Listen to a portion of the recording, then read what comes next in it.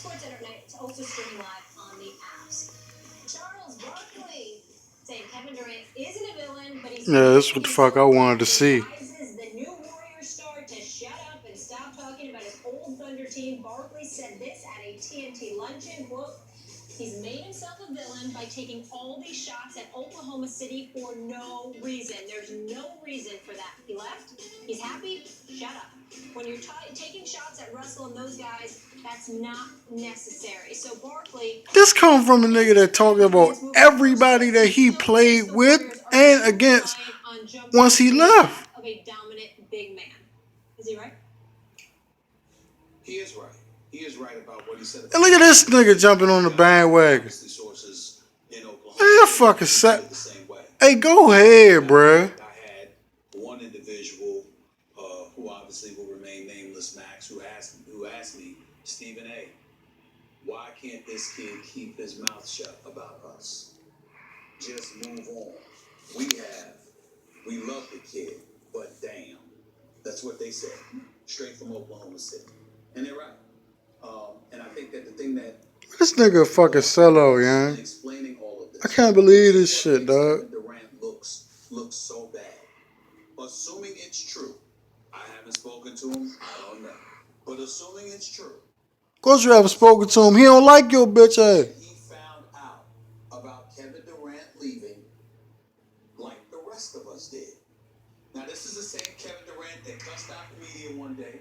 This is the same Kevin Durant that cussed out Mark Cuban, called him, and not cussed him out, but called him an idiot the next, in favor of Russell Westbrook. Oh, by the way, if y'all see a light on my TV screen, it's not a glare, it's my flash. I forgot to turn the joint off. Have the decency to go to that man.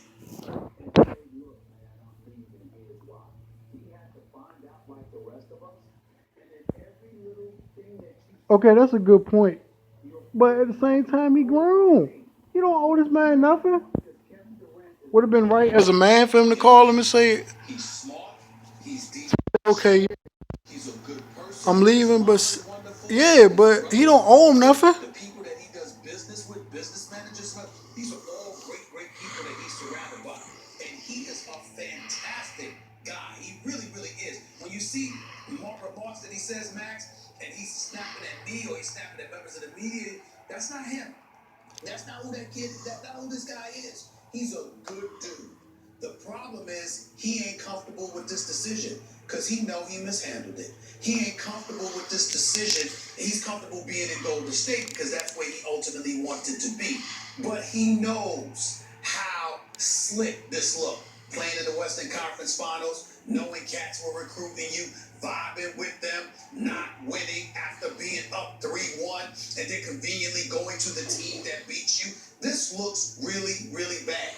You would think that because of how bad it looked, you would have the common sense to make sure that you say absolutely nothing that could be remotely interpreted as a shot at Oklahoma City, its culture, your former teammate, and Russell Westbrook.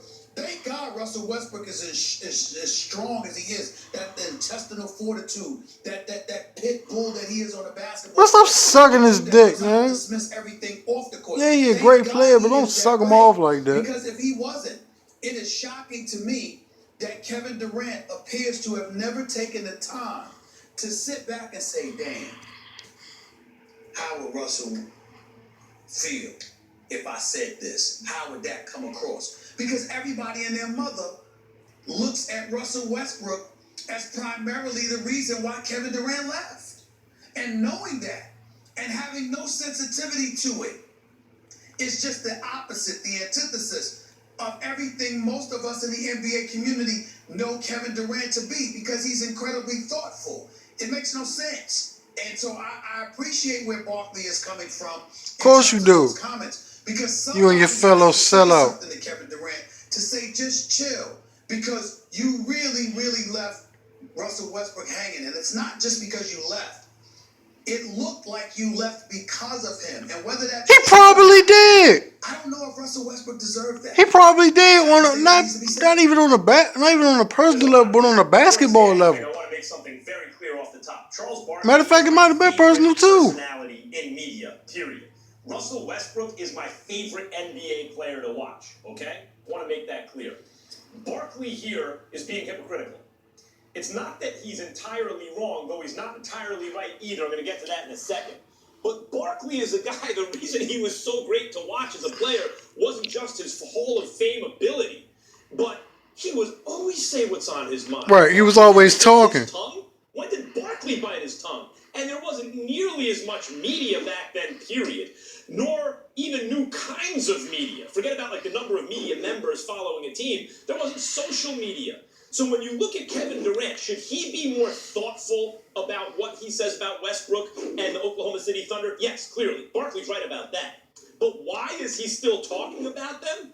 He's still talking about them because wherever he turns, there's a camera and a microphone in his face, a phone or whatever it is, in his face, asking him questions about Durant and the Thunder to try to bait him into a clickbait, to turn him into some clickbait online, or so we can talk about him on TV. And because his attitude, especially nowadays, is, and he said it recently, look, no matter what I say, people are going to twist it around, take it out of context either, so I'm just going to say what's on my mind.